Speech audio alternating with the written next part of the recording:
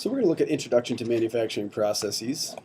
This is a two-part thing, and so you should have the notes that were at the bottom of the link for this video open while you are watching this. So first of all, there are different types of processes we need to look at. There's primary and secondary. Before something is manufactured, there has to be some raw materials to be made into the usable materials. And they're generally renewable or they are exhaustible. Renewable would be things like trees, cotton, wool, animal products. Exhaustible are things that cannot be replaced, like metal ore, petroleum, natural gas, coal. They just take too long to have been created in the first place, so they are considered non-renewable or exhaustible. A primary process, a pretty significant piece here, is the point at which raw materials are changed into a usable material. So the raw petroleum is changed into the usable gasoline or the usable oil or whatever you're using. And the secondary process is taking the usable material and using it to create an actual product, like casting and molding or forming something by bending it or separating things or attaching, joining things together, assembling, finishing. Those are all secondary processes that we're going to take a look at. So in general, the manufacturing process looks something like this. You have an input, people put stuff into a system, the system receives outputs and achieves its goals. The process is where the actual work is done.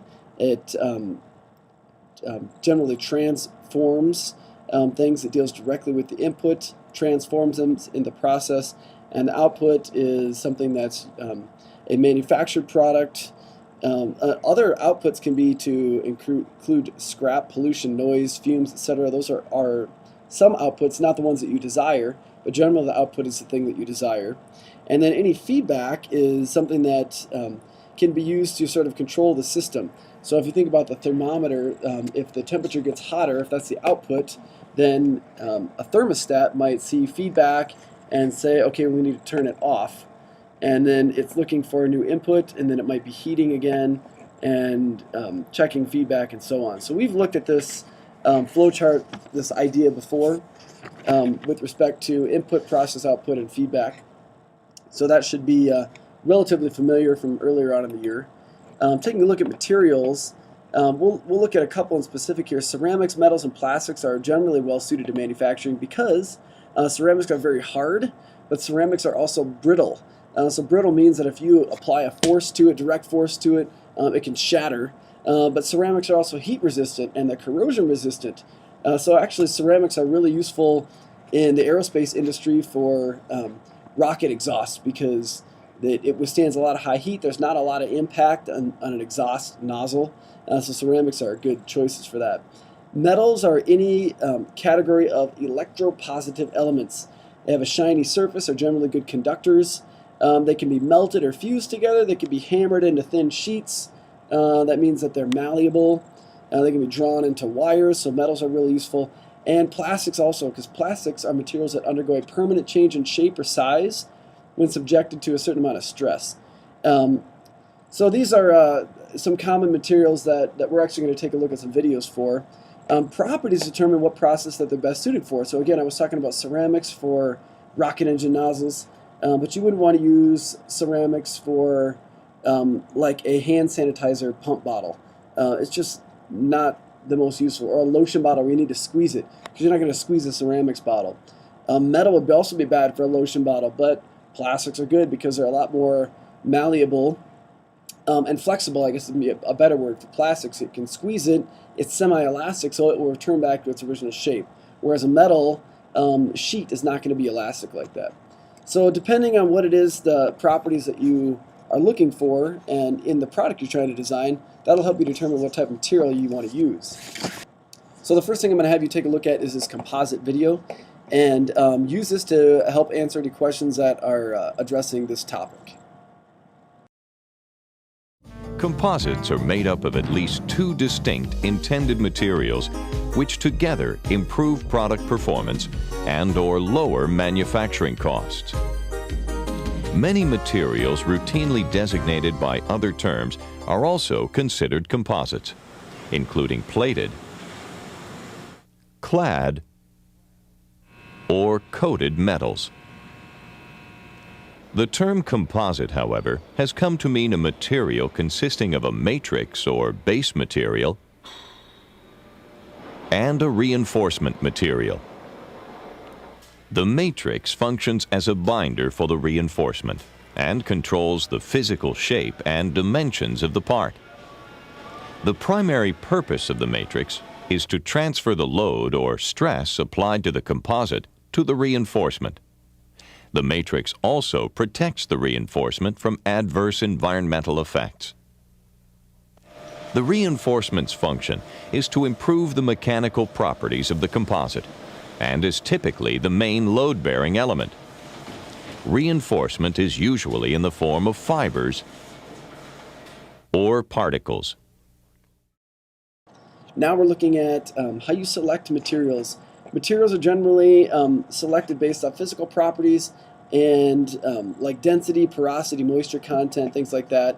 Also mechanical different properties. If you want to look at number of types of imperfections in the material, the strength, plasticity, ductility, elasticity, hardness, all of these types of properties are really important if you're trying to design a material. And I'm not going to go into the details on any of those because it's not really the scope of what we're trying to do. But what you do need to know is that when you select a material, it really has to match the type of product that you're trying to design. So we're going to take a look at casting and molding first. This is a really common process for creating lots of one particular type of part, so bottle caps. Bottle caps almost all look the same, but they're different colors. So you might have one plastic injection molder, and you're going to see a video on that in a second, and then they just use raw plastic pellets of different colors to injection mold many of these other ones. So casting and molding are two different things that are used for plastics. Molding is just shaping it, shaping the raw plastic, whereas casting is melting it and then pouring it into something. So those are two big differences between casting and molding. And right now I want you to watch these three. They're going to be following. Casting is the solidification of molten metal that is poured into a mold or injected into a die having a cavity in the shape of the desired part. Casting is used in virtually every industry, since all metals can be cast. Even mill forms, such as bar and plate, are produced from cast metal. Casting is usually the quickest way to shape metal into a part. Because of this, casting is used both for prototyping as well as production of large quantity parts. Casting processes can be grouped into three classifications: expendable mold, reusable pattern processes; expendable mold, expendable pattern processes; and permanent mold, no pattern processes. Which casting process to choose depends on part size, part configuration, part quantity, required tolerances, and the metal specified. Die casting is a rapid, high production process for simple or complex, often thin-wall, precision parts. Castings are usually small to moderate in size and cast of non-ferrous metals. The molten metal is forced under high pressure into the die of a horizontal, sometimes vertical die casting machine. One die half is attached to a fixed platen, the other die half to a movable platen. Die casting can produce a single part or multiple parts in a single metal charge, also called a shot. Injection molding is the most common method of producing parts out of plastic material. The process involves injecting molten plastic at high pressure into a mold shaped in the form of a part. Once this plastic cools and solidifies, the mold opens and the part is ejected. Injection molding is an extremely versatile process that can produce parts with holes, springs, threads, hinges, and undercuts in a single operation. Injection molded parts can be simple or complex and can be solid, foamed, reinforced, or filled. They can be small or large, thick or thin, flexible or rigid. Injection molded parts also lend themselves to endless decorative effects. They can be polished, textured, hot stamped, plated, colored, or clear. No other manufacturing process offers the range of capabilities injection molding provides. Injection molding machines range in size and complexity from desk-size units up to machines the size of a small house. All injection molding machines are a combination of two systems, an injection system and a clamping system.